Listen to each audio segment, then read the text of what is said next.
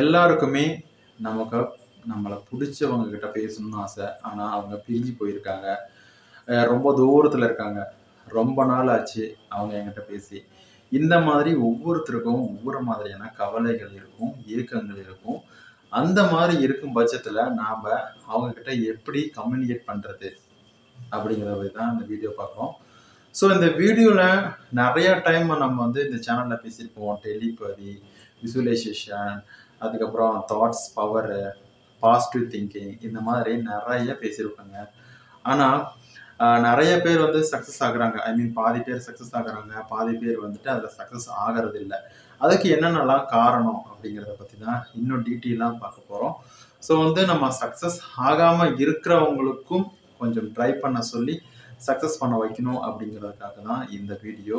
So அதுக்கு முன்னாடி நம்ம சேனல்ல நெறைய பேர் பார்க்குறீங்க. ஆனா சப்ஸ்கிரைப் பண்ணாம பார்த்துட்டு இருக்கீங்க. ஸோ சப்ஸ்கிரைப் பண்ணிட்டு நோட்டிஃபிகேஷன் பெல் ஐக்கான கிளிக் பண்ணிக்கோங்க. அதுக்கப்புறம் என்னோட வாட்ஸ்அப் நம்பர் டிஸ்கிரிப்ஷன்ல இருக்கு. நீங்க உங்களுக்கு success law of attraction success stories இருந்தது அப்படின்னா, அது சின்னதோ பெருசோ அது வந்து இருந்ததுன்னா நீங்க நம்ம சேனல்ல போஸ்ட் பண்ணலாம். நீங்க ஒரு ஆடியோ ஃபார்மேட்ல ஒரே ரெக்கார்ட் பண்ணி வாட்ஸ்அப்ல சென்ட் பண்ணுங்க. நம்ம சேனல்ல உங்க பர்மிஷனோட போடலாம். அது மற்றவங்களுக்கு ஒரு இன்ஸ்பயராகவும் மோட்டிவாகவும் இருக்கும். நம்ம சேனல்ல பார்த்தும் சரி, நம்மகிட்ட கிளாஸ் அட்டன் பண்ணவங்களும் சரி, மேக்ஸிமம் அவங்களுக்கு சக்சஸ் ஆகிறதுக்கான காரணத்தை பற்றியும் நம்ம இதில் வந்து பேச போகிறோம். ஸோ வந்துட்டு நம்ம ஒன்று ஒன்றா பார்க்கலாம். இப்போ வந்து நம்ம எதை வந்துட்டு அதிகமாக ஃபோக்கஸ் பண்ணணும், என்ன தாட் மனசில் ஓடுது, இந்த மாதிரி எல்லாம் பேசியிருப்போம். இது எல்லாம் சேர்ந்து தான் இந்த லா ஆஃப் அட்ராக்ஷன் அப்படிங்கிறது. ஸோ அதில் நம்ம என்ன மாற்றிக்கணும், என்ன பண்ணக்கூடாது அப்படிங்கிறத பற்றி இன்னும் டீட்டெயிலாக பேசலாம். இப்போ வந்துட்டு நீங்கள் ஒருத்தர்கிட்ட பேசணும் அப்படின்னு நினைக்கிறீங்க. ஆனால் அவங்க உங்கள் பக்கத்தில் இல்லை. உங்களை விட்டு பிரிஞ்சு போய் 1 வருஷம், 2 வருஷம், 6 மாதம் இந்த மாதிரிலாம் இருக்குது.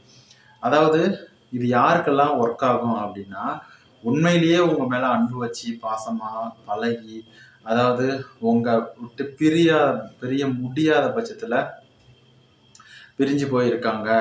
ஆனால் நீங்களும் அதே மாதிரி ஸ்டேட்டில் இருக்கீங்க. ஆனால் நீங்கள் பேசணும்னு நினைக்கிறீங்க அப்படிங்கிறவங்களுக்கு ஒர்க் ஆகும்.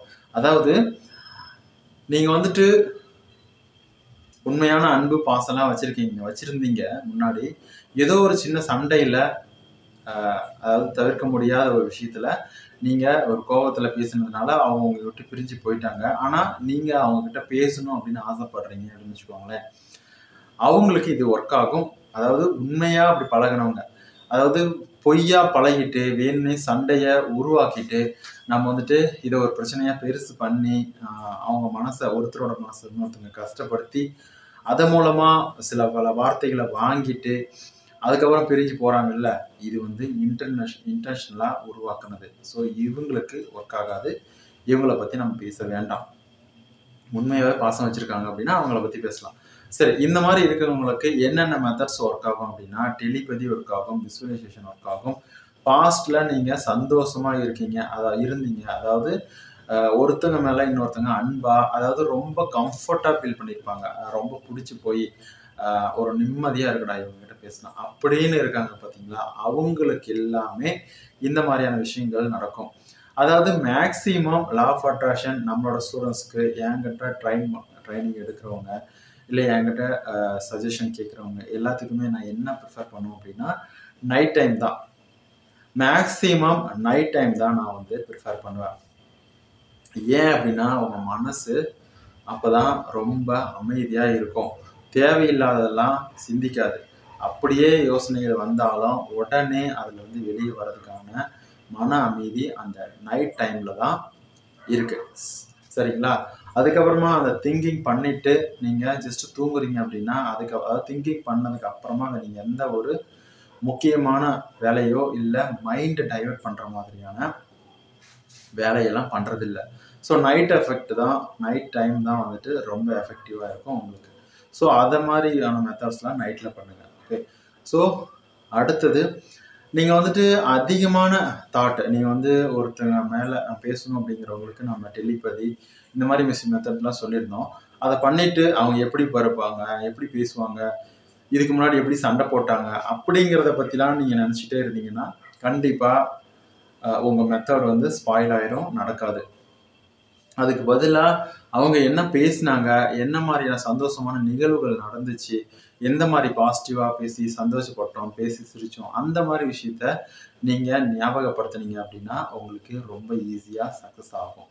ஸோ இந்த வீடியோவில் பார்த்தீங்க அப்படின்னா நிறைய சக்ஸஸை பற்றி பேசுகிறோம். நம்ம ஃபெயிலியர் வந்து என்னென்ன பண்ணக்கூடாது அப்படிங்கிறதையும் நான் சொல்லியிருக்கேன். ஐ மீன் சக்ஸஸ் என்ன பண்ணணுமோ அதை அப்படியே ஆப்போசிட்டாக பண்ணுறவங்க தான் ஃபெயிலியர்ஸு. ஸோ அதை பண்ணவே கூடாது. சரிங்களா? ஸோ பார்த்தீங்க அப்படின்னா நீங்கள் வந்துட்டு நம்ம ஒருத்தவங்கள்ட்ட பேசணும், பழகணும், இல்லை பிரிஞ்சு போயிட்டாங்க அப்படின்னு நினச்சி ஃபீல் பண்ணிகிட்டே இல்லாமல் அவங்கள பற்றி ஜஸ்ட் பாசிட்டிவாக திங்க் பண்ண ஆரம்பிங்க.